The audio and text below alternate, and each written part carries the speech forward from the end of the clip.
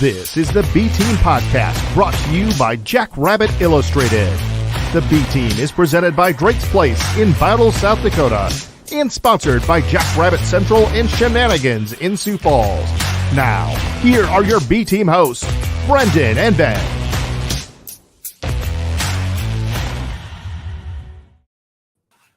Hello, everybody. Welcome for joining welcome to the show. We're a mess. I'm a mess. I'm a mess right now. I just got off the road after 8 hours of driving, and just slamming all sorts of content for a little bit of knowledge, I guess. And coming up to this game, Ben got here just in time from the golf course, as usual. Yep. How'd you golf? Did you have Not great. Not great great tonight. No, it was not a good night for that. But I'm excited about this game, and I may have been focused on the game a little bit. I don't know. I was not focused on golf. I'll guarantee you that. That's awful. I feel terrible about that. What was it, league or what? No. Just a little friendly 9 holes. So we're good. Hell yeah. Oh, look, yeah. See, we didn't get fired after last week, but we do have the boss watching us now. From the we do message Chad Chad already put up. So let's just tap on the ice before we jump on it. There's to be fair, last pod I was just in the background and Dallas says, "Hey Chad, why don't you just make us go live?" So I did without thinking, and then there was no intro, and poor Matt was doing some things. You did good this time. See, I didn't watch the video version. No, I did watch the video version. I've watched so many videos and all that stuff. Welcome to everyone who's listening to us on the FCS Fans Nation Network as well. Thanks for tuning in. Excited. We got a big week coming up here. A lot of hype going on pretty much everywhere. I think for this one, I can barely keep my mind straight doing anything else. So seriously, that's what I'm pretty sure I was thinking about the SDSU Iowa game on 50% of my shots, and that's why it didn't go well tonight. And that's ideal. Work's been a struggle. It's just been. I mean, we're jacked about the game. It's to start it off, I hope. First of all, is my screen going from color to color? Is that? You're the amazing Technicolor Dreamcoat guy. Apparently, I think it's that spicy shirt. Just a nice shade of green in the background, man. Yeah. Why is your background green? I think it has to do with how much your camera picks up from the reflection off your screen on your face. Saturation. See, I have this fancy ring light that I don't know how to operate. I didn't. It still seems wrong. Didn't powder up this time, but anyway. Yeah. What happened to makeup? Chad, do you happen to have the tailgate information pulled up? Because that is very important as we're going to talk about this Iowa game. Chad? Chad, we lost him. No, I He's don't gone have forever. it. I'll have to grab it. Sorry. All right. We're starting off like we should. All right. It's the first I've thing been trying to find odds all. Okay, says the guy who shows up literally 1 minute before we start. It's the first thing on the agenda. Your agenda had stuff on it from the playoffs last year. I fixed it, didn't I? I fixed it. Do you know how easily confused I already am? All right. Anyway, we're going to be tailgating in Iowa. Yes. On lot 65. Yep. From what I understand, the passes for that lot are sold out. However, you can park wherever you want. Get your way to lot 65. It's called the Finkbein Commuter Lot. You'll see a bunch of blue tents there. You'll see a bunch of dudes. Are you guys wearing the stripes? Bibs? I assume I'm bringing them. I don't know if we are. I assume we are. Well, if I be fit hot in them. What? You have not gained weight. Come on. You put on 30 pounds? Put on some LBs? When? In the last 8 when? months. Nice. No way. Okay. It's all muscle though. All muscle. Just table muscle. You've got the frame for it. Muscle weighs way more than fat. Yeah, I don't know if it's a great thing that people think I'm less fat than I am, but that happens quite often. It happens. It's fair. Most people think I weigh like 225, and that is not even close. So it's okay. Anyway, Lot 65 is where we're going to be. Come there. We're going to have a big old Jackrabbit tailgate. Brendan is making pulled pork. Yes. We'll have some pulled pork sandwiches there. I am bringing hot dogs in case anybody wants that. Brendan's going to have a smoker there. We'll be able to throw some hot dogs on for the kids or whoever. Mm-hmm. If you are coming to that, don't feel like you need to bring anything, but if you want, just throw in a bag of chips or whatever just to contribute, and we'll have a big old tailgate deal. It's going to be great. If you bring something, please, if you're leaving, maybe take it with you, because if we have like 30 people show up and we have 35 bags of goddamn chips, bring one thing, just one. Don't make it a side dish. Make it something simple, chips or whatever. Paul, I'm not bringing 400 baked chips home. I don't know if Paul's watching right now. Paul Sailor. He said he's bringing like 17 people. Holy shit. And I've also had multiple people from that I know, like, yeah, I know a guy, he's coming to the game, and they're all coming to your tailgate. So, all right. Sweet. It's we're going to have a big old Jackrabbit party in there. There's the map. If you're watching, this is what happens when Zimmer shouts out the tailgate for us on his pod. Yeah. Thanks, Matt. Appreciate that, Zim. Thanks for the shout out, Zim. Listen to those pods too, by the way. Pretty good. Yeah, Zim and Gaskins are a good listen. Yep.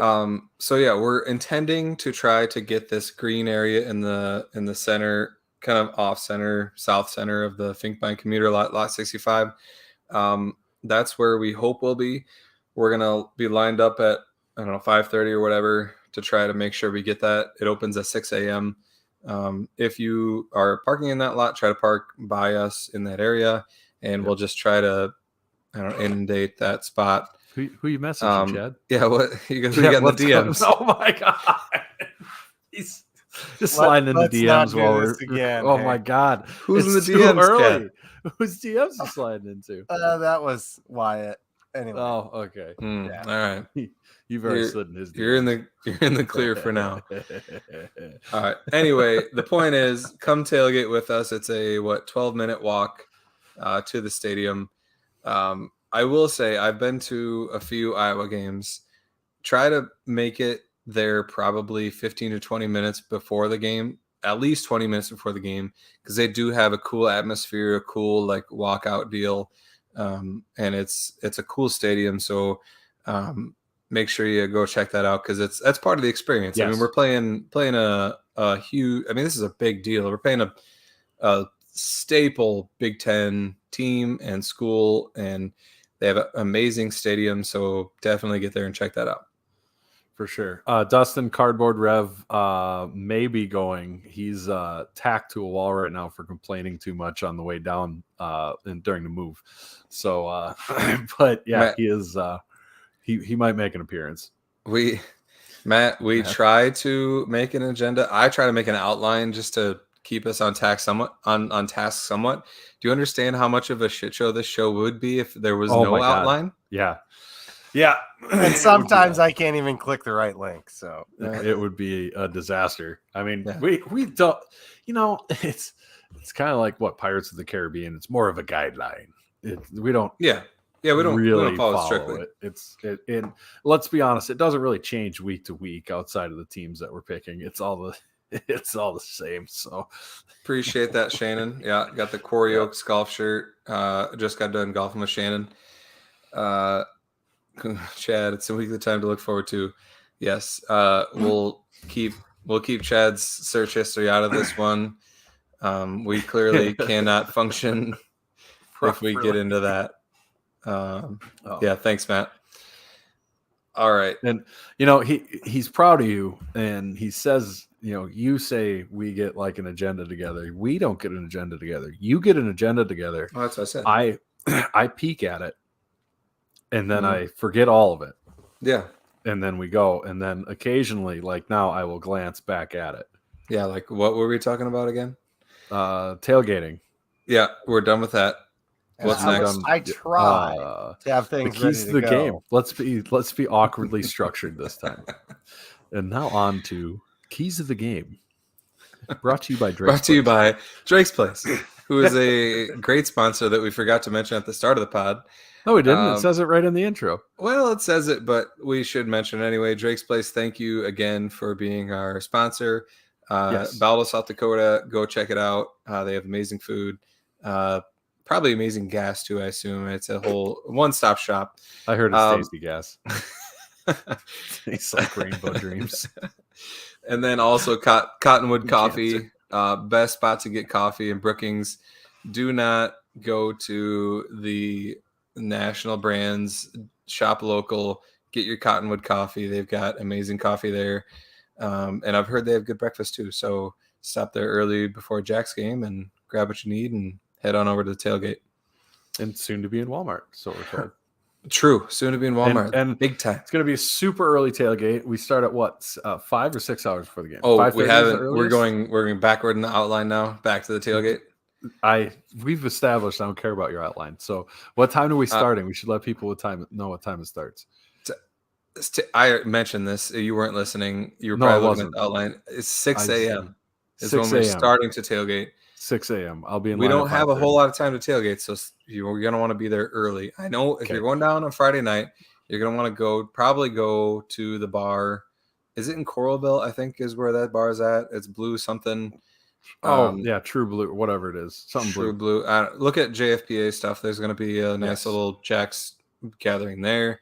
But don't stay too late because you have to wake up early. I've made this mistake before going to Iowa games. You don't want to get too messed up the night before because tailgating is a lot of fun. Iowa fans know how to tailgate. Or what? Or just don't go to sleep? You just power right through that, baby. You can go to sleep. You can go to sleep for a couple hours. Look me in the eye and tell me you haven't had enough drinks the night before that you woke up that early and just were able to keep rolling because it wasn't gone. I mean, that is a legitimate strategy. Oh, yeah. I'm just saying it's an option. I mean, it's not a good option for making it all day. Like you might pass out during the game. I'm just saying it is an option. Oh, yeah. Yeah, I mean, we've all done that before. Yeah. I'm going to be up all night smoking pulled pork anyways. Yeah. You have too many drinks the night before. You drink one in the morning. It tastes real good. And then you realize why alcoholics are alcoholics. Because that's... I stay drunk because I'm afraid the cumulative hangover might kill me. Exactly. But this is going to be a fun weekend is what we're saying. Go have fun Friday night. Wake up early Saturday morning and come tailgate with us. Well, I was trying to bring up the time that it starts. So I was like, hey, maybe I'll bring some cottonwood coffee with me, and then mix it with a little Baileys instead of creamer. What we should do is get Cottonwood Coffee to sponsor our coffee alcohol drink bar. There we go. Chad brought up on Friday night, if you are interested, Friday, September 2nd, 5 to 10 p.m. at Tavern Blue, which apparently, Coralville, 805 2nd Street, Coralville, Iowa, back party room, food and drink, you're on your own. Go check that out. I might have to do that. I might. We'll see. I got a bunch of friends in Cedar Rapids where I'm staying. Well, I'm staying in Marion, so I might kick it with them. But we will be tailgating like machines. So, shut up, Steve. Yeah, I saw your comment, Steve. You keep you shush your mouth. So, okay, get that comment out of here. Get out of here. Anyways, Steve said Hawks by a million. He's a silly, silly man. The guy has a Hawks tattoo on his calf, so he's a little bit invested there. Right. So I don't know, Terry. Any cheese in my pocket today? No, that is people don't forget. People don't forget. That was like a year ago. People don't forget. Not today. I'm gonna have pocket cheese at the tailgate. I'm gonna do it just to prove a point. You know who we should get sponsored by is Baby Bell. They got some amazing pocket cheese. Yeah, and then I just have they're right in Brookings. They're right size brands, too. Yeah, Baby Bell brands, whatever. Yeah. Anyways, after the tailgate though, there's gonna be a game supposedly. The this is gonna be. There's so many comments. Well, let's just roll on to the next one. Anyways, all right. So the game that's coming up. Apparently it's important, and that's supposedly what we're going to talk about at some point. That's what we're talking about tonight. Yeah. So hey, normally we have like a week to recap. We don't have anything to recap. We're just jacked for tailgating and hanging out at bars and stuff and getting drunk. Well, yeah, and I've and I've been just I've had 16 hours of driving in the last 3 days, so I have been listening to them, and then I had nights in my hotel room by myself, so I've been listening to podcasts and YouTubes, and there's some good podcasts for Iowa. There's some bad podcasts for Iowa.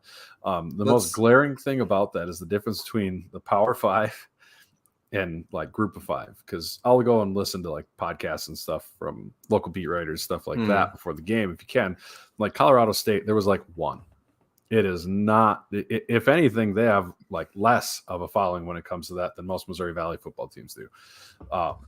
So the difference between the G5 and FCS on that level is not much. But by God, you go to the Power Five, you got to wade through and figure out the good ones, because there's a lot. Type Hawkeyes into that damn iTunes or your Apple Podcasts and look there's that some up. Oh, sweet Martha's Vineyard. Passionate Hawkeye fans all over the world, man. They're a different breed. Some are good, some maybe not so much. But if you hate Nebraska, do we have an Iowa podcast for you? There's a podcast of guys that live in Nebraska. They're Hawkeye fans that live in Nebraska, and they just shit on Nebraska, and it's great. Yeah. But what I've gleaned from that is, and all that is this. With this game, it's going to be. I was torn for a long time, like what's important, what's not. So most games, you come up and it's like, okay, we got to be like NDSU. We know every year what we got to do to beat NDSU. You go against Southern Illinois. Okay, you can't let them kill you in the pass game all day. Whatever, how that goes. It's pretty easy to pick out. This one was kind of tough for me because it's strength on strength, and then it's I wouldn't say weakness, but I don't think our defense is weak by any means. But determining which one is going to really needs to happen for a win is kind of a tough one to call, because their defense is so freaking good. That defense is ridiculous. But the big thing is Iowa fans are so frustrated by their offense. They're still mad about it. So I think one of the biggest keys is our defense coming out and not letting them score points, and not shut them out. But I'm just saying, for like the first quarter and a half, if they make that offense stall and struggle for that first quarter and a half, the Boo-Birds are going to start coming out. I really think, and that'll get uncomfortable for Iowa. I honestly think it'll happen. There was these media podcasts were talking about like people are going to be pissed if we don't come out and score a touchdown right away. There's a caveat to that. Okay. If their offense is struggling, but the game is still 0-0, right, they won't have a problem with it. Well, because I think they will. I think they will. I think you don't know Iowa like I know Iowa. Well, that's the game they like to play. Iowa walks around with shirts that say "punting is winning." Well, okay? That's fair. They do. I think they love. If we were the University of Wisconsin, I think they'd be all for it. I think because we're an FCS team and they want to see an improved offense and the new Brian Ferentz offense, I think they'll be pissy about it. Personally, that's just my guess. It'll make it uncomfortable. They won't necessarily be booing, but I think they'll start getting that uneasy feeling. And the next most important thing to me is the offense has to sustain some drives. You don't have to score a touchdown every drive, but we are going to need to possess the football for a decent amount of time so the defense doesn't just get leaned on, and then they blow it open in the fourth quarter because our lines and defense is wiped out from trying to run the ball. I think that's going to be hugely important. And just stopping the run game, because almost every one of their starting receivers is hurt. Unless Keegan Johnson's able to go, who it sounds like it's 50-50 at this point.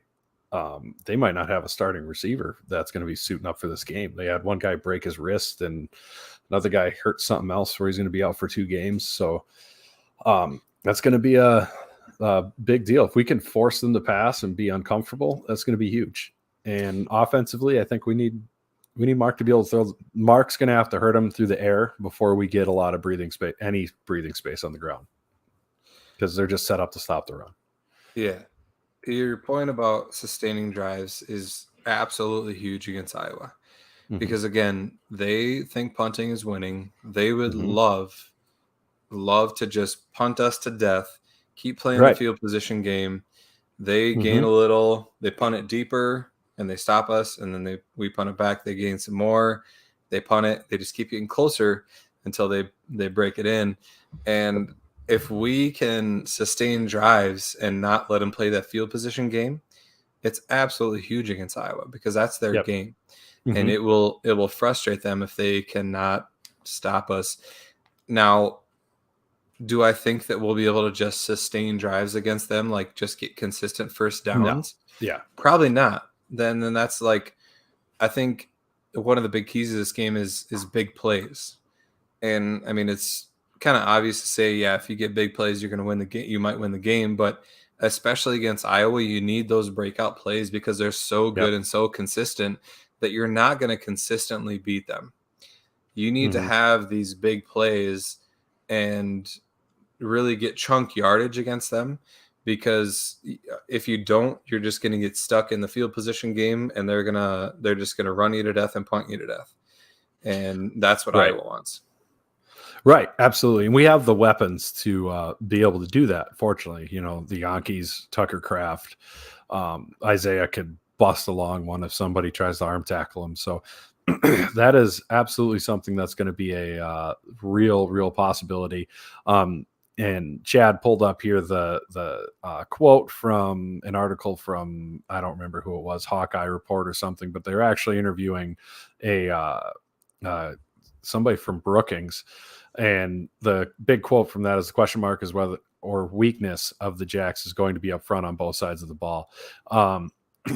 And it's fair to question maybe the depth. I don't think you can question necessarily the quality as far as the lines go. The offensive line is going to absolutely have to give Mark time, and we're going to absolutely have to be able to run the ball.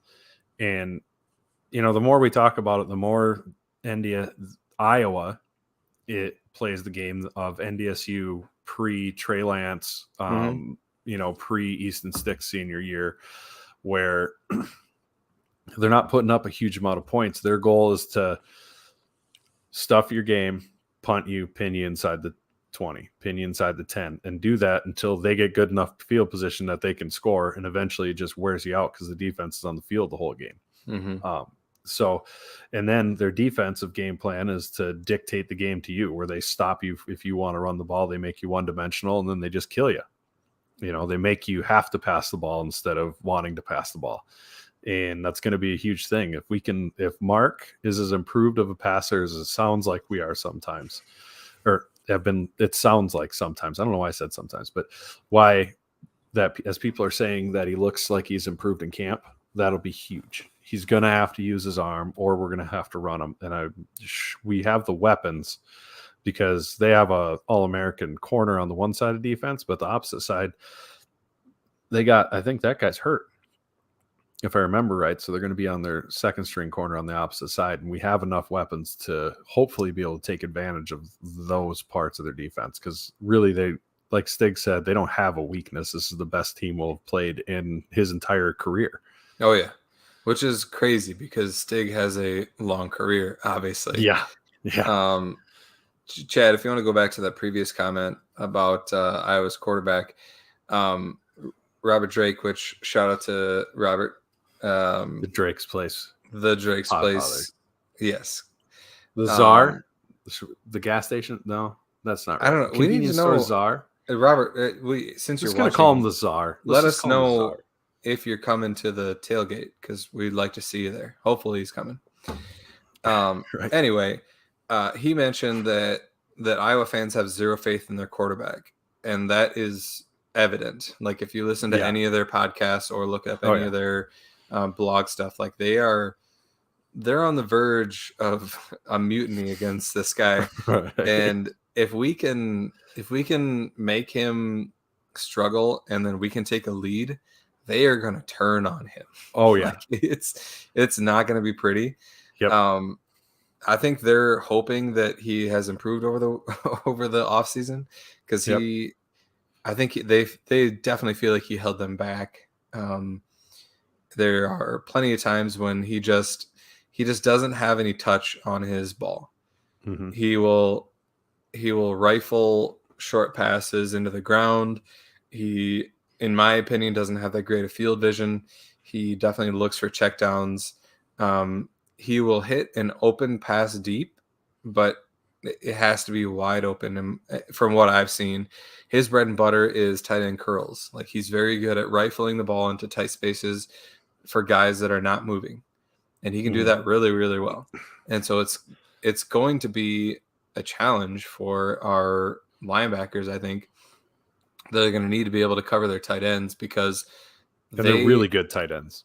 Oh, they're extremely. Yeah, I mean, that's like we call ourselves tight end U sometimes. I know you hate that, but they are tight end U of the whole college football landscape. There's no doubt about that. We may be of the FCS, but they'll get into like 3rd and 7, and then they'll just rifle an 8-yard tight end curl, and they'll have the first down again, and it'll just be frustrating because they won't take a deep shot, but they'll get enough to get a first down. And so that's going to be a big challenge for us. But if we can frustrate their quarterback a little bit and get the fans turned against them, it could be interesting because they not going to make it. Robert says, "Dang it, sadness." What was Dustin's comment after that? I wanted to address that one too. Oh yeah, Dustin asked, with Gronowski coming off an injury, how long do you think it would take for his nerves to settle? You know, it's different because I don't think it does either because it was a spring season. It was a weird spring season injury. So he's had so long to recover from that he's almost like a quarterback that was able to like sit as a freshman or whatever and watch another guy play. But he has the advantage of being a guy that has already played a whole season.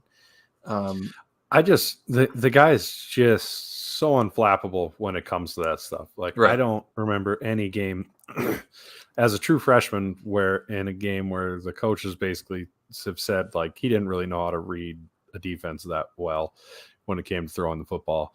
He's never overwhelmed. Like that's what all the players and everything. He's so even, not good play, bad play. He's got it going on. So he's just a different cat. You know, he really is. I think his nerves will be fine. Hopefully, I don't think it'd be an issue, but he'd come out overhyped possibly. But I don't know about that. I don't think that's going to be an issue. He's just got he's got the it, and I hate that. I hate saying that because NDSU fans say that crap all the time, and I hate it.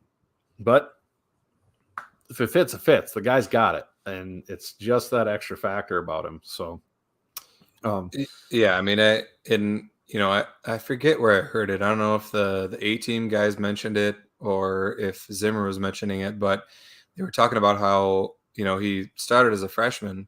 I'm pretty sure it was Zimmer. He started as a freshman and they said like, he did all that and he didn't really necessarily know how to read a defense at that time. Right. And so you give the guy a full off season where he's able to sit and watch and learn how to read a defense and learn the nuances of being a really good quarterback from Oladokin, who somebody mentioned that Oladokin got signed to the Chiefs, which is cool.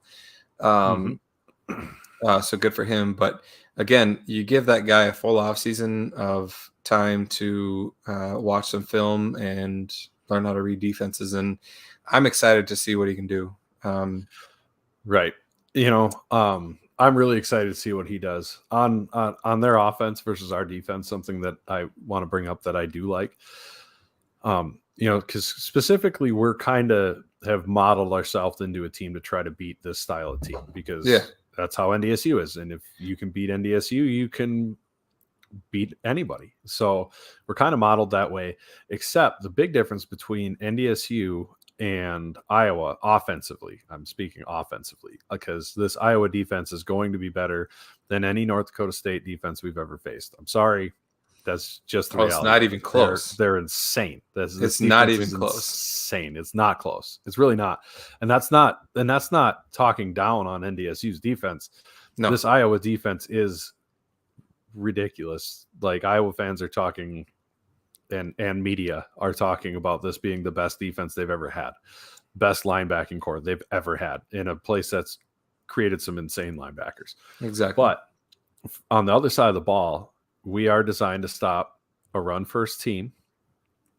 And the thing that always killed us with NDSU, or can kill us on occasion, is the mobile quarterback who runs. And Petrus, that's not his not gag. that. That's not his thing, which is I don't, I don't think he's horrendous necessarily. I hear he holds the ball sometimes too much, and I'm not going to talk bad about the guy and his talent, but an immobile quarterback is ideal.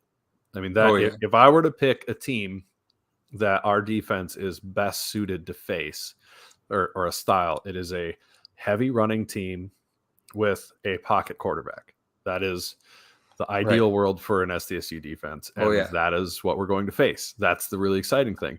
And particularly one without Keegan Johnson's a stud, but the rest of it to me, and if he doesn't play, who knows? But the rest of it sounds like one of the podcasts they're talking about, we don't allocate a lot of scholarships to wide receiver. And then another one was talking about because of their style play. And then another one was talking about how most of the receivers were going to be walk-ons. And obviously to be a walk-on at the FBS level, you're no joke, but that's a lot better than facing some NFL prospect out on the wide, So I'm excited about that aspect of it. The thing that is a big deal, and it was mentioned, is how's our D-line going to hold up over the length of a game? Do we have the depth? We lost 4 or 5 seniors from our defensive line last year who all played. Are the new guys going to step up and not drop off like last year? Because that's going to be huge and not getting wore down by them constantly trying to run the ball. And is our offensive line, is that right side of the line going to be able to hold up and give Mark enough time and give enough of a seam for Isaiah to get 4 or 5 yards instead of 1 or 2? Yeah, I think those are going to be huge. Yeah, and you talk about the matchup in general, and it's like if we're going to face a the perennial top 25 team, right? Yep.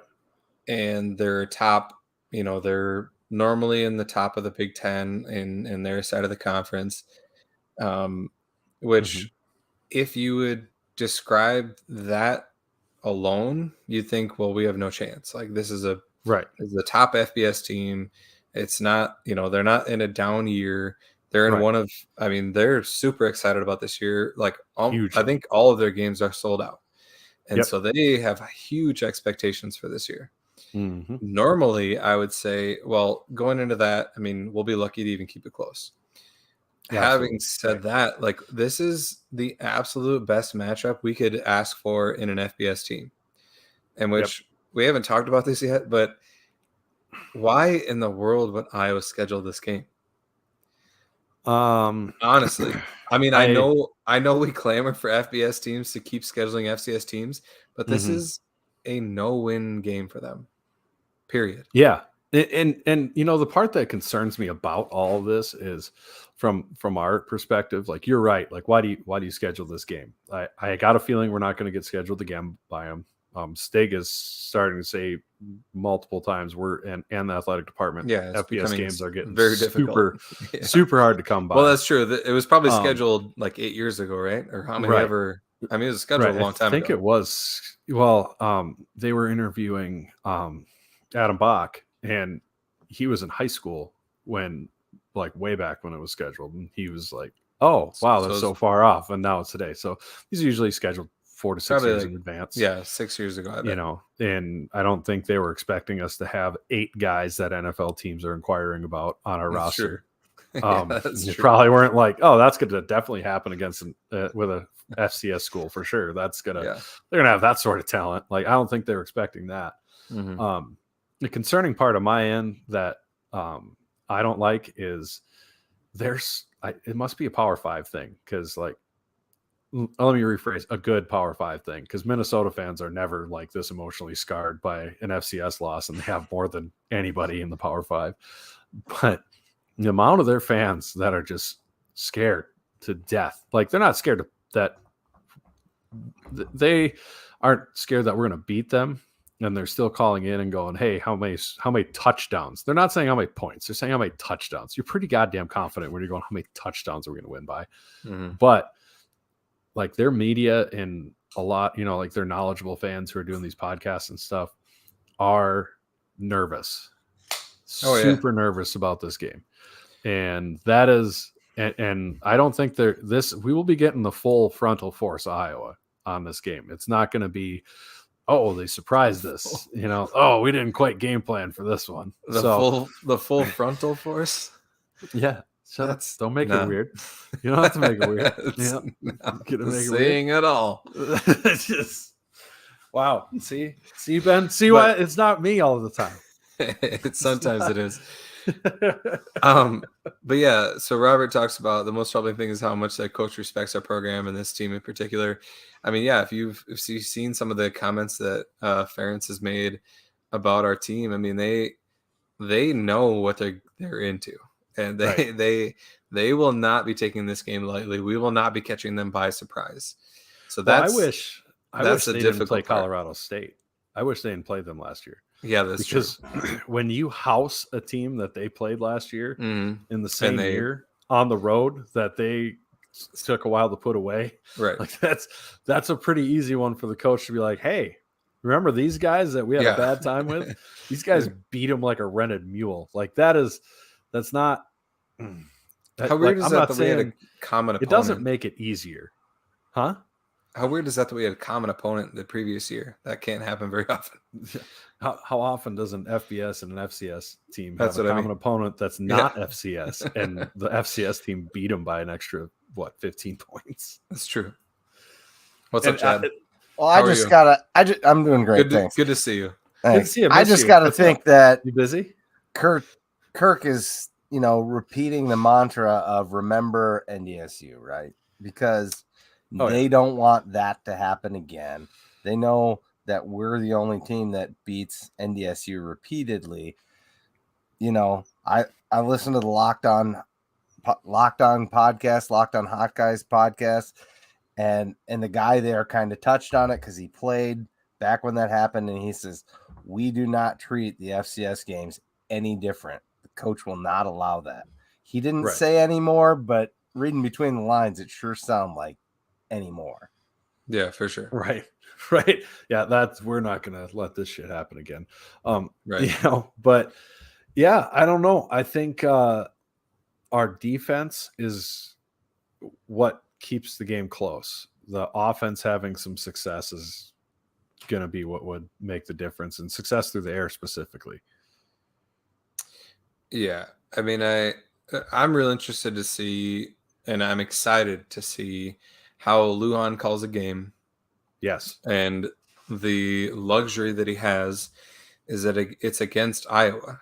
I mean, again, if we're going to play an FBS team and you have a new offensive coordinator, you want one that has basically the same defense the whole game. Can you stop changing the color of your wall?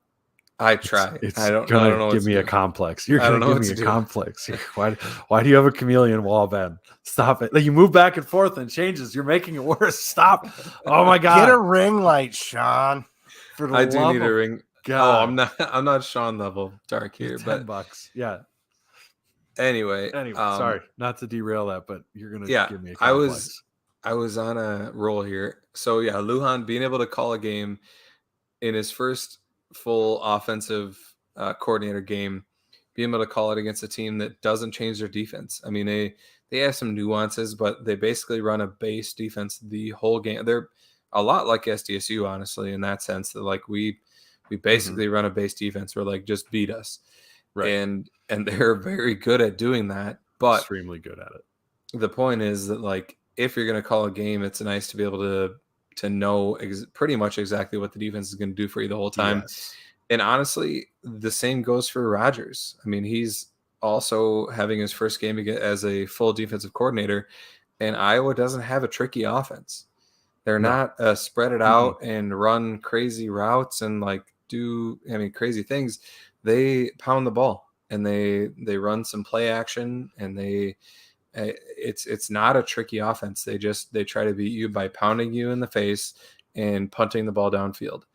And if you can game plan against that well and execute it well, you can beat Iowa.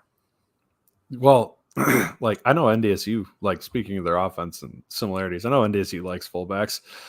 According to Coach Stig, Iowa has 5 fullbacks on their roster. It doesn't surprise me. I bet you if you took all the colleges in America and totaled them up, there wouldn't be more. And you took Iowa out, there would be less than 20. And I guarantee you they've got at least 20% of the fullbacks in America on their roster.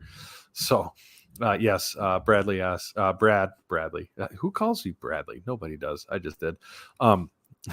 Brad Koenig asks, Brendan, is that a fan or a halo over your head? Well, I think we all know that it's not a fan. But I don't have any fans. But that's a pun. That was my dad joke for the day.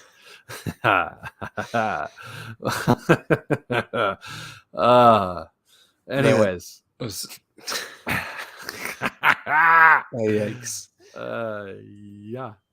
I don't even know where I was going to go. Where do we go from there? Yeah. What do you even do about it? I think you were talking about calling a game against a solid known defense and or offense. That's what I was talking about. I don't know what Brendan was talking about. I was talking about fullbacks. Just derailed. Oh, fullbacks. That's what you're talking about. Yeah. The other strength of this Iowa team, I've talked about how they have shirts that say punting is winning, and that's because they have Torrey Taylor. That's ridiculous. He's an Australian punter. He's a weapon.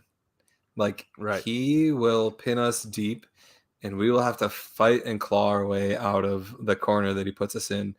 I will guarantee you. And it's going to be difficult because if it's a close game at all, Iowa will bring the noise.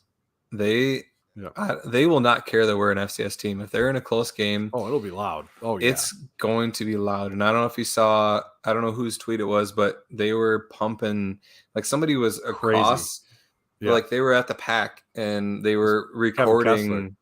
Yeah, they were recording. Oh, yeah, it's the band director. He was recording the audio, and it was loud even from way outside the stadium. And that's how Iowa gets. I mean, they got some crazy rabid fans, and it's infectious too. Like I'm not even that big of an Iowa fan. I go to one Iowa game a year, and I got into it. Like you yell your ass off in that stadium because they're so passionate. And so my point is that like we're gonna have to overcome that, and it's gonna be very tough because it's gonna be probably the most hostile environment we've ever played in. An SDSU team. I mean, name a more hostile environment. Hostile wise, I don't think there is one because I'm saying in Nebraska. Nebraska's not that. Nebraska's big, but it's not that Nebraska. It's not that hostile. No, and if you're not familiar with Kinnick, like the fans are on top of the field. There is zero room between the fans and the sideline. So like, and they are slapping the wall. I mean, it's like. It's going to be a challenge, and if it's a close game, it's not easy. I mean, I don't know if anybody watched the Penn State Iowa game last year. I think Penn State had like 3 false starts in a row. Yeah. By the end zone. Not in one series. No, in a row because it was so loud in there, and I was there, so it was a blast. But I'm not an Iowa fan. I just go there for the fun. If I had to pick an FBS team, it would be Iowa. For this week, I am definitely not an Iowa fan. Right. Outside of this week, I'll probably root for them. But yeah, I mean, the only the only more intimidating stadiums I can think of, maybe Penn State. That place is supposed to get nuts. Maybe an SEC stadium or two, but Iowa I'm saying that be SDSU intense. has played at. Right. I know. I just was, speaking out loud now, just thinking like, what would compare? Camp Randall gets pretty wild. They're pretty rowdy, but it's not necessarily game. I mean, it's not necessarily game focused. There are definitely some other stadiums that get that rowdy and loud in the FBS, yeah, but this is gonna be fun. I'm SDSU. excited. Yeah, I mean it's gonna be a blast. It'll be a lot more quieter if it ends up 10-0 right away. Yeah, that is the real. I mean, we know that's the real recipe for success, and it's really, really hard with the defense they're rolling out there to predict that that's going to happen.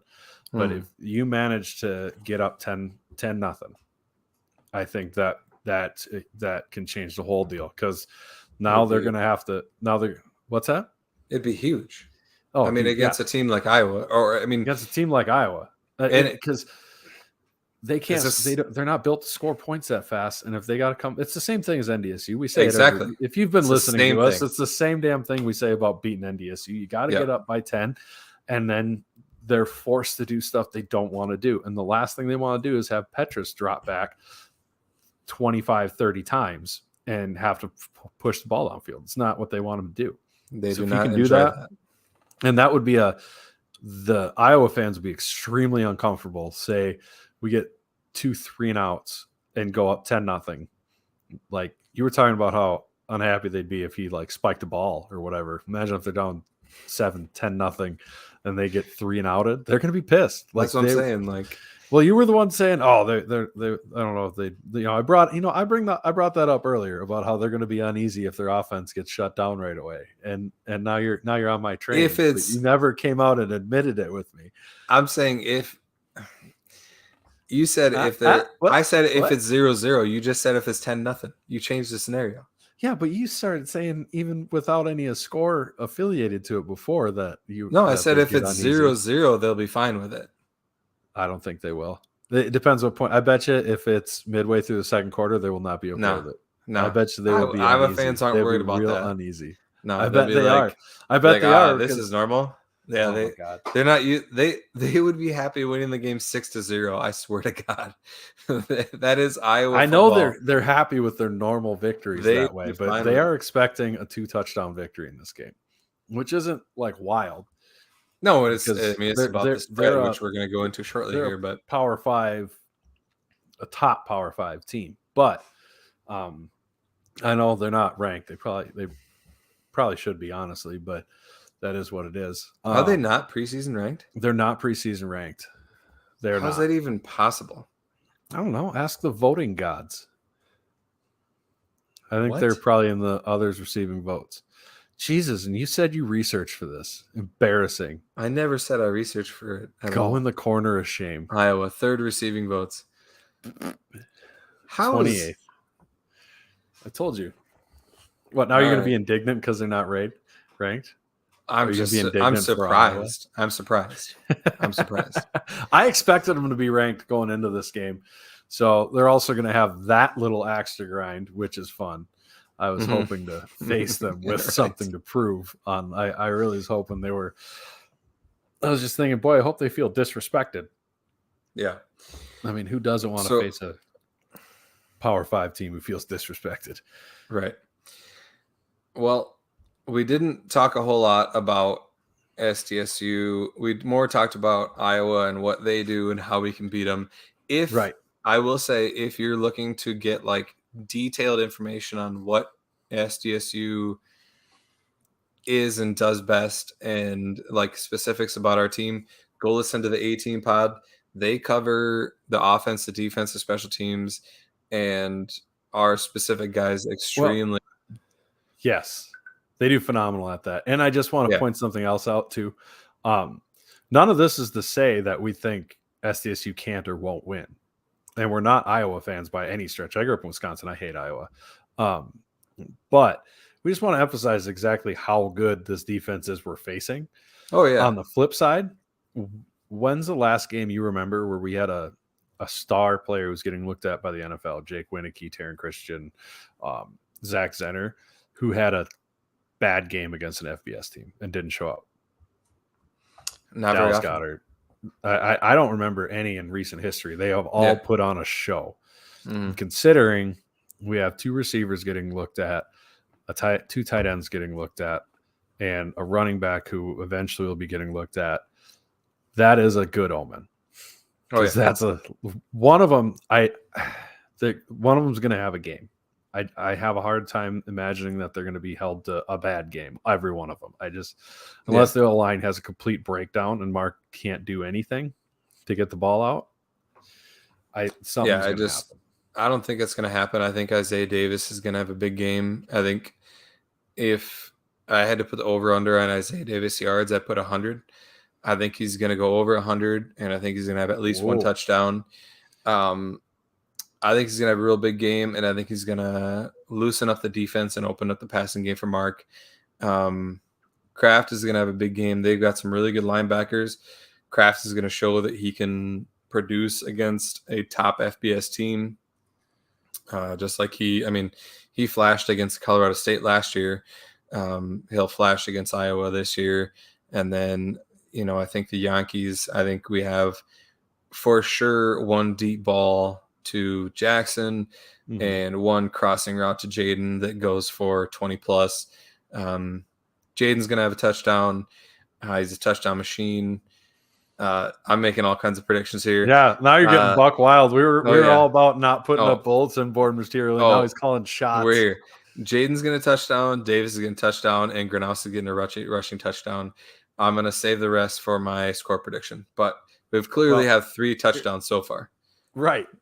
I'm telling you what, again, and I do mean this. If we put up 3 touchdowns, which I think is a real possibility, but if we put up 3 touchdowns against a defense of this caliber, the FCS better start shitting themselves because you're going to average 45 points a game. And I'm not exaggerating that this defense is that goddamn good. But one thing I did want to point out on their offense, timeout. Look at that young buck. God, what a young stud. buck. Chad How many pounds ago was that? Oh man, that's rough. Bad about gaining weight. That would have been about 260. And I thought you were going to say 200 some pounds ago. 260 pounds. I say no goddamn way. No, I'm like 330. All right. I didn't mean to call out what weight you are now. I was just saying how many pounds ago. I am what I am. Ben, you're a bad person. That was Mustache March when I took that joke, picture. and you didn't have to actually answer that. But yes. It is what it is, man. Landon Wolf is going to have a crossing route that goes for 20 yards. Landon Wolf's going to have a good day because they're going to be worried about Kraft and the Yankees. Wolf's going to shine in his first game back, in his first full game as a Jackrabbit, which is weird to say. Right. And yeah, he'll have a big day. What was the other prediction I was going to make? I don't know. You'd made a run of them, and then you said you were going to hold off until you're picking the spread. Yeah. Well, I'll hold off. Something that I think is also hugely important. It's Iowa, and Iowa's known for great offensive linemen. There's no denying that. They know exactly what they're doing. They know how to make NFL awesome linemen. But on the flip side, how many yards per game do you think they averaged rushing the ball last year? It's Iowa. How many offensive rushing? Offensive rushing yards. Iowa. 190. 126. That's surprising. That's it. We're not facing Wisconsin here. It's Iowa. And it was interesting because I was listening to one of their podcast, or it was a podcast of a radio show, the Hawkeye Fanatic or Hawkeye Report or something. Mm-hmm. And they said they called it Iowa's continually overinflated rushing attack. Like, because you think Iowa, you think running for 200 yards or whatever. They only averaged 126 last year, and they're bringing in a new center, replacing a guy who went to the NFL with a guy who was a defensive lineman last year on the roster. at center, which is a huge deal because that they know what they're doing. I'm sure he's good. I'm sure he's very good. But you're swapping out basically the quarterback of your offensive line with a dude who hasn't played since high school. Like that's an interesting maneuver. Yeah. That is very curious. And I'm wondering with our coaching staff knowing that if you try to play some games with him just to confuse him in his first game. Mm-hmm. Just wanted to point that out. I think that's a big deal. I agree. It's a big deal. Last thing I was going to mention, my X factor for the game is Tyler Feldkamp. I don't know if you saw. Does X Factor? What do you mean? Does X Factor have a deeper meaning for you now? No, it does not. But thank you, Chad, for agreeing with me on Feldkamp. Did you pull that up? Did you just type that, or did you pull it up from earlier? No, I had typed it before you guys. Okay. Before Brendan started talking about the center who's essentially the quarterback of the line. So yeah, very important spot. Anyway, I was talking about Tyler Feldkamp. I don't know if anybody saw the depth chart that was released today or yesterday.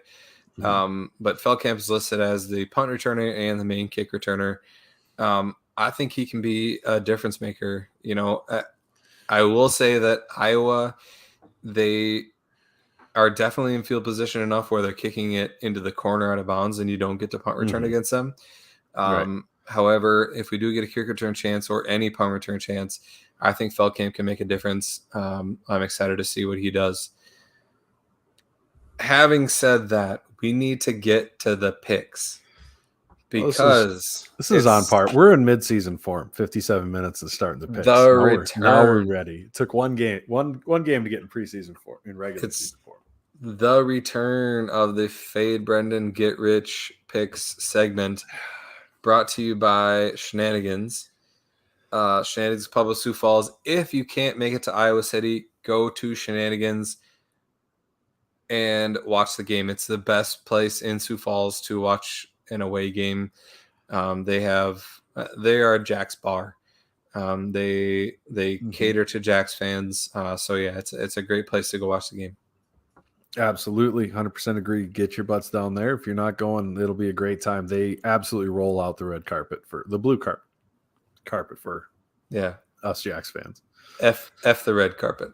F that red carpet. We'll burn it. Anyway, all right. So we're going to pick all the Missouri Valley games plus a few important FCS games that are against FBS teams. The first one we've got on the list here is Northern Iowa going to Air Force. Air Force is a 14-point favorite at home. I'm in that game. I mean, unless you and I get super gassed, I think I'm going to take you and I. I'm going to take you and I in that one because they're good at stopping the run. Like that's what they do. And I know Air Force is another level of triple option, but I don't think they're going to be losing by 2 full touchdowns. They might lose by 10. I honestly think they could win this game. I think that is the FBS game nobody's talking about, where if UNI actually has this revamped offense that, they actually keep their fingers out of and let them play their offense, that Farley leaves the offense alone. I think they could win that game. So I'm really interested in that one. On board with you there. I'll take UNI. I think that's a very good pick. Next game, we've got team that we all love to hate, USD. Yay. Goes to Kansas State, and they are 25-point underdogs in that game. I really don't want to, but I think I got to pick USD. Yeah, that's probably the right choice. I mean, the 25 points is a lot. Kansas State isn't that good. I got to go USD there. Yeah, I'm taking USD. They are way undervalued on that one. I would put quite a bit of money on that actually, because Kleiman, I don't think he's going to run the score up that heavy on a former conference foe unless Nielsen did something that really pissed him off. Which maybe that'd be fun. But also I think USD's too good to lose by 25. I mean, if Kansas State happens to run up the score on them and they lose by like 40, I'm here for it. Like, I will gladly lose that. Right. Rats. And we both picked them, so I'm not going to feel bad at all. I'm not losing ground. That's the definition of a win-win bet right there. Right. You take USD plus 25. We're going to put real money on this, right? We should, because if they win, we win. If they cover the spread, we win money. If they get blown out by 40, we're still happy. Yeah. It's not that's a happy day. That's a happy day next year. The win-win bet of the week. Brought to you by sponsors, possibly you. Right. Shields, what's up? Just kidding. Yeah, I remember all that shit I talked about you last episode. Yeah, you really screwed the pooch on that one, man. It, baby. I'm sorry. I'm sorry, baby. No, that wasn't me. I want to kiss you. All right. Over. Anyway, and then we've got Missouri State goes to Central Arkansas, which is a very interesting out-of-conference FCS game. Probably one of the best ones, the best FCS games in the first week of the season. Mm-hmm. I don't think you have you been paying attention to the spreads? Or what I've been posting? I seen it now. Yeah, I have it up. All right. All right. I was gonna make you guess it, but I guess you've seen it already. I guess it's Central Arkansas favored by 7.5. Well, you're wrong because why did you put home an underdog plus 7.5? Because Central Arkansas is an underdog by 7.5.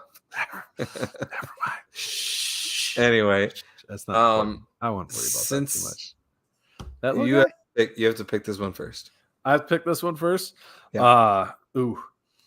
People notoriously don't play well on the stripes, and while we're on the topic, that field's awesome. I'll fight somebody over it. I love that field. That field's sweet. I like colored fields. I don't know why. I like it. It's one of the cooler colored fields out there, but supposedly it's slippery. I think when is that game? I'd like to watch it actually. Yeah, I would too. I have no idea. I would assume so, but there's like a ton of Thursday, Friday games this week that involve FCS teams. So that's on Thursday. It's tomorrow night. Thursday game. All right. That's gonna be a good watch. Tomorrow night at 7:00. I might be. We'll see if the house I'm staying at agrees to put that on or not. But you're going down there tomorrow? That's a tough line. Yeah, I'm going down there tomorrow, brother. Okay. Yeah. Well, I got friends down there, so we're spending the night at their house. I like it. Yeah, so we're getting done. By the way, speaking of travel plans for SDSU Iowa, did I set my phone down too hard? Was that no? You're just very aggressive with your bio. By the way, I definitely hijacked whatever you were saying. If you're making travel plans for this weekend, number one, obviously show up Friday night because it's an 11 a.m. game, and you have to be there early in the morning for tailgating. Number two, make plans to stay Saturday night. Because if we win, right, man, you're not gonna want to drive. You ain't gonna want to be sober and driving. There's gonna be a party in lot 65. Yeah. Oh, for sure. Yeah. Oh boy. Because we don't have to get out. I think it said like 24 hours. We have to get out of that thing. Like we. Oh no shit. Yeah, we're gonna party there then, and I might have to call our friends to come and like come and pick up the vehicle. Like I need a ride. Can you drive my truck? Yeah. Yeah. Right. So just make plans to stay Saturday night. Also, you don't want to drive that much in 24-hour span anyway. So come in the event that we happen to lose, we'll probably also still have some post-game beers at lot 65. So come join us there. Robert asked if Brendan's deaf. No, she did not. She stays right down here in the little bed kennel I made. Did you remove her voice box? She's very no, yeah, I did not. Ariel's home, so she's not barking. All right, well that's good. How did we get where we are right now? You know, I ask myself that every day. Oh yeah, you said you're going on tomorrow night. And I was encouraging people to stay Saturday night because it's going to be a blast. Here, let me reenact you. By the way, well, I just wanted to make sure that people knew that it was important. All right, you're right. You're right. It is very important. Did you take Central Arkansas? Is that what you did? No, I didn't get to pick yet. Okay, pick then. I was talking my way through it. Jesus. All right, go ahead and pick. God. Go ahead and pick. I will buy. You know what? I'll buy the Missouri State hype, and I'm going to take those boys. I'm going to take Missouri State. I'll eat the points.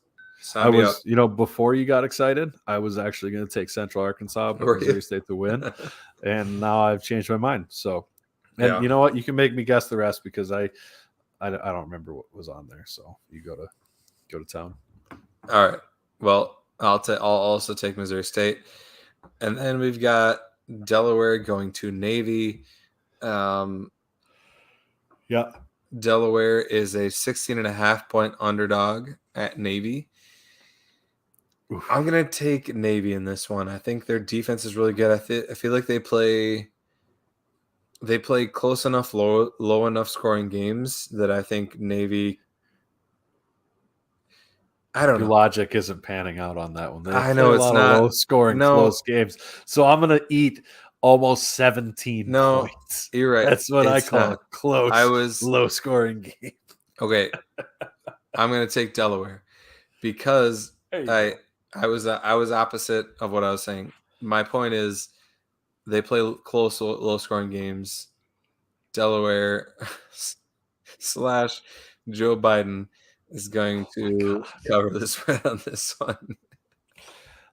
Anyways, I'm going to pick Delaware just in honor of the ladies who came out in the spring, threw water on my wife and daughter, and then begged us to cheer for the health of her son so he didn't get hurt running the ball. That's not inspired by true events. That was true events. But in all honesty, I'm on board with your logic. So I'm gonna take your side. Gotcha. I'm gonna go with Delaware. Good deal. We haven't picked separate yet. This might be the most boring year of picks. Well, I've been thinking we picked the same the whole way. To spice it up, I have an idea for you that I want to propose to you. You know how most places give out a trophy to the winner? Yeah.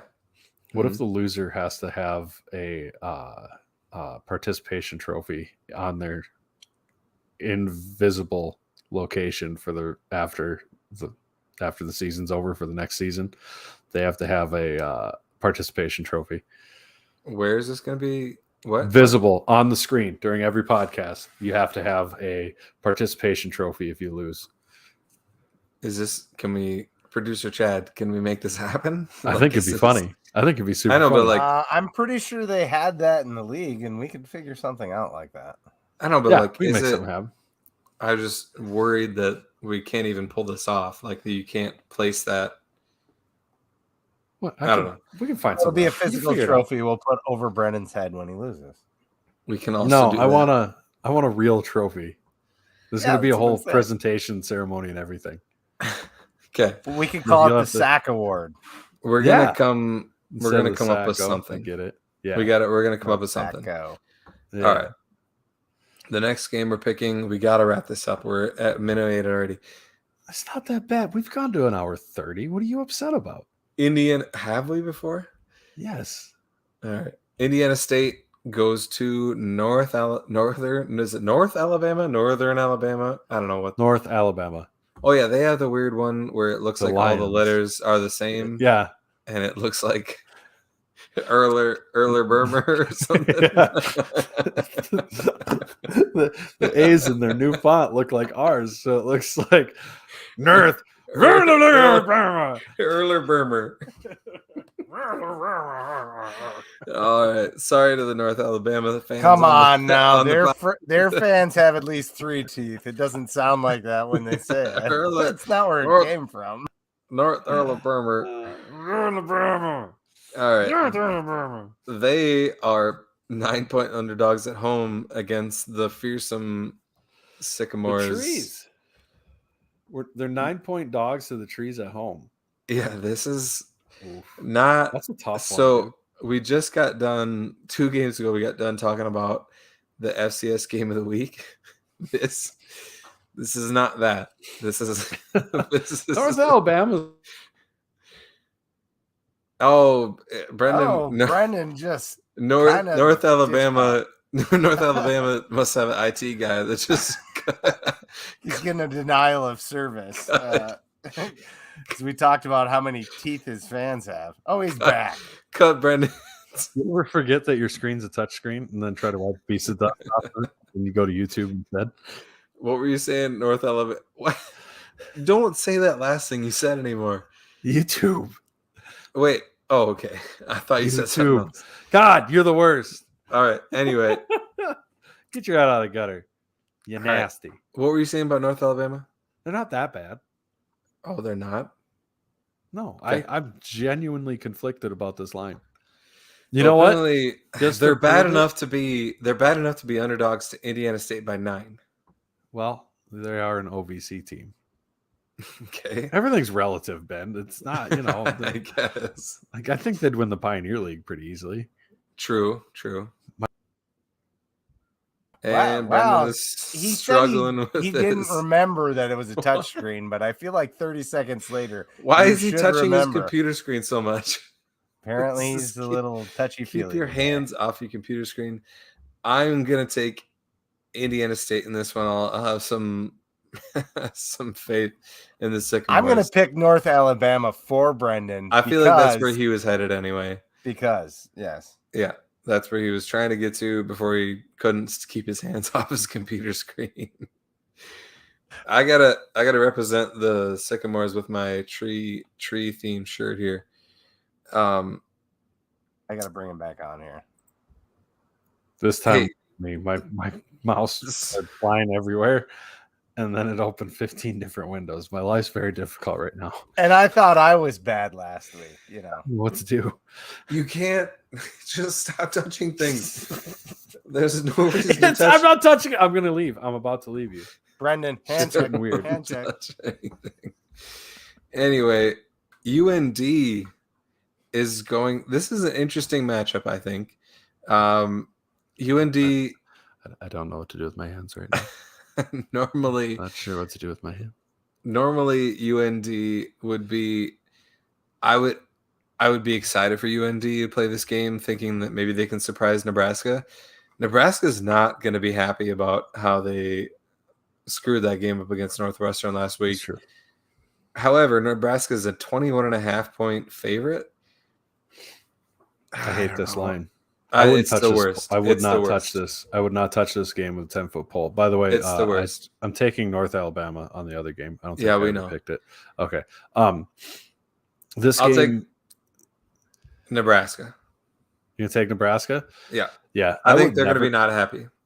Anyone who bets on this game is an idiot psycho. Or they're high. I think. Psycho. Because there's 2 ways this is gonna go. Yeah. Number one, Nebraska is mentally broken. They just flew back from frickin' Ireland. They could, and UND could come out and not just keep it close, but possibly win because they've completely thrown in the towel and Frost has lost the room. That's the thing. They could just want to get rid of Frost at this point, right? Like he might have lost the team, and they had to fly back from Ireland. I'm sure they weren't back until late Sunday, something crazy like that, and then you got to try to game prep. I don't know. But on the flip side, how many times does an FBS team have actual motivation to put up as many points as they humanly can to save their job against an FCS team? Yeah. Scott Frost needs a 50-point game. He needs a 50 burger here. Like Nebraska has talent. Like they're capable of that. Yeah. Nebraska needs a 50 butter burger here. So I'm kind of, I don't know which Nebraska you betting on. So, and it's UND on the road, but they could have lost. I will take I'll take UND, I guess. I see Nebraska winning by 28 points. It's going to be like 40. You know what I'm taking? Give me Nebraska. I'll take Nebraska. It's going to be like 48-20. Seriously. I don't want to be chasing you by a game all season because Nebraska's gonna like this is not the game. Nebraska's not gonna be happy. I'm sure they're not happy, but yeah, what are they most not happy about? I don't know. And I think I think UND's I don't know. I don't think they're that good. And then we've got Illinois State going to Wisconsin. Ooh. This spread is larger than I thought it would be. What is the spread? 33.5. Ooh. That's a lot. Give me the Redbirds. Well, yeah, give me the Redbirds. They're not that bad at stopping the run. I don't Lord know. knows Wisconsin never has a quarterback unless Russell Wilson transfers there. So I will take the Redbirds. I don't know. I could see them 56-3ing them too. Yeah.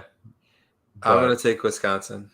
I see Wisconsin putting up a lot of points. So many points, but I see Wisconsin I have been in Camp Randall many a time against teams like Western Michigan and watched them. They're Miami of Ohio and only win by 13. So I will take the Redbirds. Oh, yeah. Wisconsin's one of the teams. They win by 13 or they win by 40. Yeah, that's true. Yeah, they'll put up 56 points and they'll have 3 pass plays and 800 rushing yards. Right. And I think they're going to overwhelm Illinois State. That's fair. Yeah. And then we've got... I have faith in the stash to stay within 30. Interesting spread. Youngstown State goes to Duquesne, which I don't know how they... They're close. They're close. Yeah, they are fairly close. Yeah. What do you think the spread is in this game? 400 points. How much? 400. Who's favored? Youngstown. Okay. So Youngstown. Remember that time that Youngstown lost to Duquesne? That was hilarious. Let's see that again. Maybe that has some effect on the spread because Youngstown's only favored by 18. Oh, give me the Dirty Birds. Jesus. I hope they cover 18. They better. I think McLaughlin at running back, like that dude's going to have 400 yards. So I'm taking the Birds on that. This might be one of the easiest bets on the slate.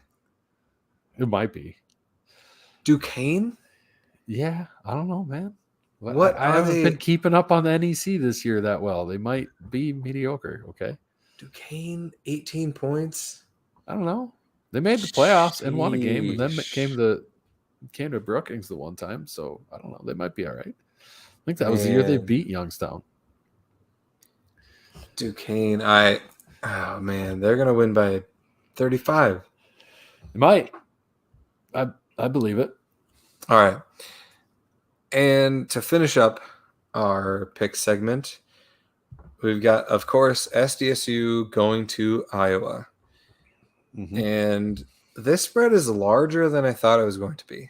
Yes. It is. I had the spread pegged at about 11.5. I thought it would be more than 10, less than 14. It's 15.5. Yeah, that's big. That's way bigger than I understand. Many points. That's so disrespectful to SDSU. It's not even funny. Like, that's just that point spread is going off FBS versus FCS. That's all it is. And I promise you, like, but usually Vegas isn't that stupid. They're not that stupid. Normally Vegas, I think, would just tell you, like, we're actually giving them props because all these other Power 5 lines are huge. Like, no, Iowa just doesn't do that to people when they win. Like you said, they're happy winning 6-0. So that's a big line, man. If I bet our games, and I never do, and I never will. But maybe you will this week. No, I won't this week. I'm gonna bet you'll be driving USD game. You could drive right by. Right by a casino where you could bet this game. Yeah, I'm not going to. I'm gonna bet on the USD game, just for the bad juju for him, because that'd be fun. Yeah. So clearly, we're both picking SDSU. I think that this spread is way too high. The more away by shouting how high the line is. Right. The more interesting, I think, for this game, the more interesting thing is the total is 44. And the under seems like a smart play. I think, Chad, are you going to chime in here? 44.5, wasn't it? Okay, yeah, 44.5. Would you like to make a pick? Yeah, you seem to be coming in with. Is that all you came in for? Yeah, to correct me on the half. Just the half. That half is the god point. That half. You point. know they run no. halves in Vegas on purpose. Of course, but are you gonna make? Because Are you gonna make a pick? Like, I feel like you were. No, oh, you were. I'm hammering the under on that. Thank yeah, you. absolutely. Okay. Absolutely. Hammer the under all day. Here's where I think the under is a sucker bet. What? Yeah, Yeah. I think it. You It think we're gonna feels score like 4 touchdowns? it feel no that We're gonna feels score like one of 3. those lines that's too good to be true. yeah, we're gonna score 3. Well, maybe that's why they set the 15.5 to get you to look at the under and go, I bet. Right there. You know? I don't know. Maybe. He's throwing reverse psychology at us here. I'm gonna reverse your reverse psychology here and stick it in your ear. But no, I think you could. Yeah,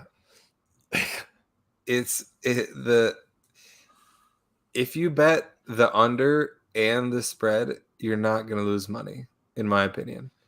You'll probably break even, because I don't think that there's 15.5 points and 44 points.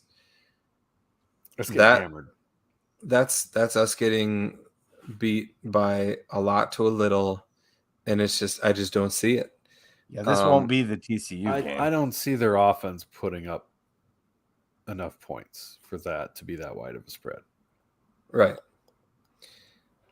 And so, we can get into since we're a minute 22 into this one, we should probably wrap it up here with our score predictions. I'm not picking a score. You forced this on me last year. I'm not doing it. I know you won't. I'm gonna go SDSU 24, Iowa 21. Ooh, dog. That's exactly what I was thinking. Yeah, absolutely. Samesies. Oh, that's the third time. Yeah. I like it. I'm taking the Jacks and the points. And you're not gonna make a score prediction? No, I'm just gonna take the Jacks. Are you gonna take Jack's money line? That would be similar to doing a score prediction. No, it would not. You're not getting me all year. You're not getting me all year. Come on. I'm not money doing it. line. Money line. No. Hammer you know what the happened money last line. time? Montana State happened, and I'm not doing it. So there. I feel good about this game. Yeah, you do. Ask me in 20 minutes, I won't feel good about it. It's Ask going me to 20 be minutes fun. after that, I'll feel really good about it. The tailgate will be great. I'm just a whirlwind of emotions. I don't know. And if Ben and I are right, unlike the pessimistic A team, then we're going to have a hell of a party in lot 65. It's going to be great. Party! I was just going to... So, here's the deal. The money line on this game is probably going to be in the realm of plus 460. Ooh. Whew. So $100 gets you 460. Yeah, $100 works, gets right? you $460. Yeah, bet responsibly, people.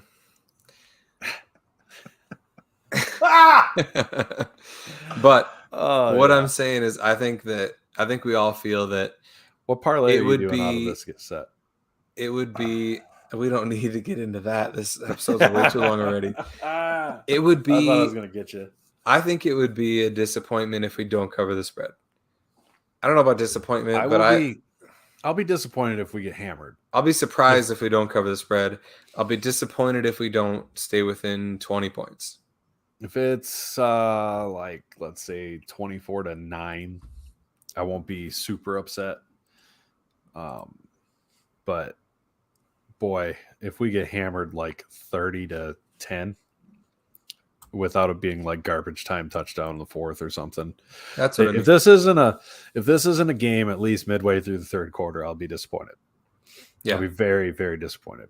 No, I agree. Which says something about our team and about our expectations for this season. Absolutely.